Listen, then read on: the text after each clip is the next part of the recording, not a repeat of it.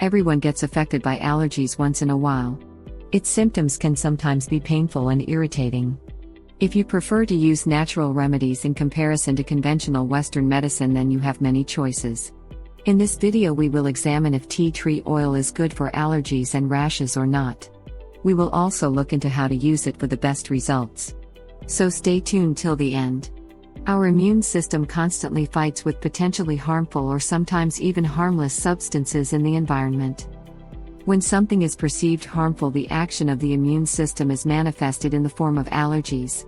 That is reflected as symptoms like runny nose, watery eyes, cough, sore throat and chest congestion and tightness. It can also cause swelling, inflammation and skin rashes. Tea tree oil is only suitable for allergic rashes. For other symptoms of allergies, other essential oils can be used in diffusers and aromatherapy. In contrast, tea tree oil is used topically on skin to deal with allergic rashes. Tea tree oil is antiviral, antifungal, antimicrobial and anti-inflammatory.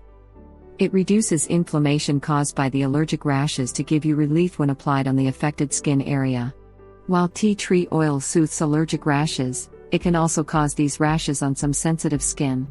So use tea tree oil only if you are not allergic to it. It is not for everyone. Tea tree oil is highly concentrated essential oil, so use it with a carrier oil to avoid skin burns. Take 1 teaspoon coconut oil in a small bowl or crucible.